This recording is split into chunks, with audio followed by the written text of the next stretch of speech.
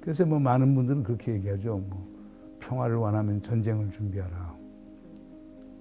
저는 이렇게 얘기하고 싶어요. 평화를 원하면은 평화를 준비하라. 그러나 견고한 안보의 기반 위에서. 아주 놀라운 어떤 사태의 반전이라고 할 수가 있겠죠. 그래서 저는 한반도 평화와 관련해서 절반의 평화를 얻은 게 이번 9월에 평양 정상회담이 아니었는가 생각이 됩니다. 특히 주목할 것은 남북한 간의 군사 합의를 통해서 우발적 군사적 충돌을 막는 그러한 이제 군사적 합의를 했고, 특히 5조에서는 북한 핵 문제에 관해서 새로운 돌파구를 마련했다고 볼 수가 있겠습니다. 김정은 위원장은 동창리 미사일 엔진 실험장에 대한 폐기를 유관국, 특히 미국 전문가의 참관 하에 할 용의가 있다는 것을 이제 확약을 했고, 더 나아가서는 영변 핵시설을 영구히 폐기하겠다라고 하는 그런 약속을 했습니다. 그런 데는 상당히 전 큰 의미를 부여하고 싶습니다. 폼페오 국무장관의 4차 평양 방문은 성공적인 걸로 평가를 하고 있습니다. 지금은 북한이 영변 핵시설 영구 폐기할 용의가 있다는 의사를 표명했단 말이에요. 신고 4차보다 더 중요한 영변 핵시설을 영구 폐기하겠다고 지금 북한이 약속을 했기 때문에 미국이 그에 상응하는 조치를 한다라고 하면은 북한의 비핵화 관련해서 아주 새로운 어떤 이정표를 마련할 수 있지 않을까 생각이 됩니다. 저는 상당히 그런 점에서 긍정적으로 평가하고 있습니다. 종전선언 자체는 상당히 상징적이고 정치적 의미를 갖는 거거든요. 그걸 못할 이유는 저는 없다고 봅니다. 우리 정부가 생각하는 종전선언은 그렇습니다. 우선 첫째는 종전선언을 통해서 53년 이후에 비정상적으로 지속되어 왔던 전쟁 상태를 종식시키자라고 하는 데 대한 정치적 선언을 하는 것이 되겠고요. 두 번째로는 전쟁이 종식됐다라고 선언을 한다면은 그러면 관련 당사국 간의 적대 관계를 청산하자. 특히 미국과 북한 사이의 적대 관계 청산이라고 하는 게 두 번째 큰 의미를 갖게 될 겁니다. 그리고 세 번째 중요한 거는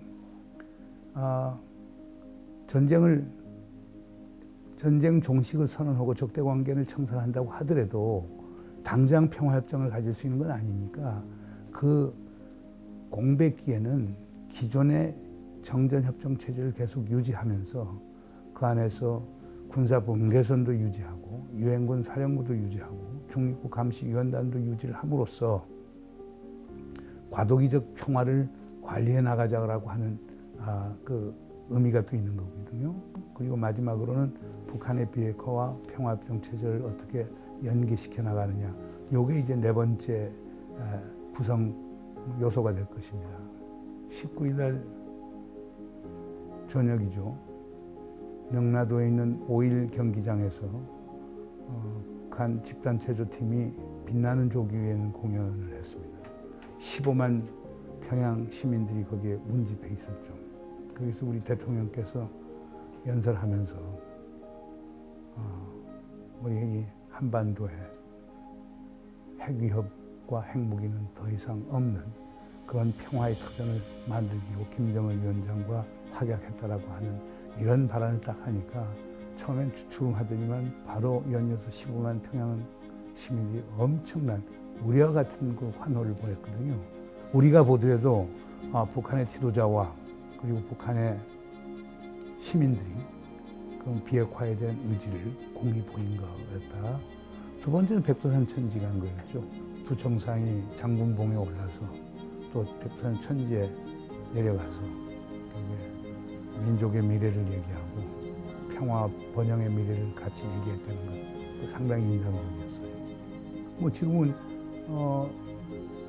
지난 6월 상황보다 더 사실 나아졌죠. 그러니까 지금 우리가 지금 취하고 있는 그 평화 공세에 대해서 주변국 모두가 지금 찬동을 하고 있는 거거든요.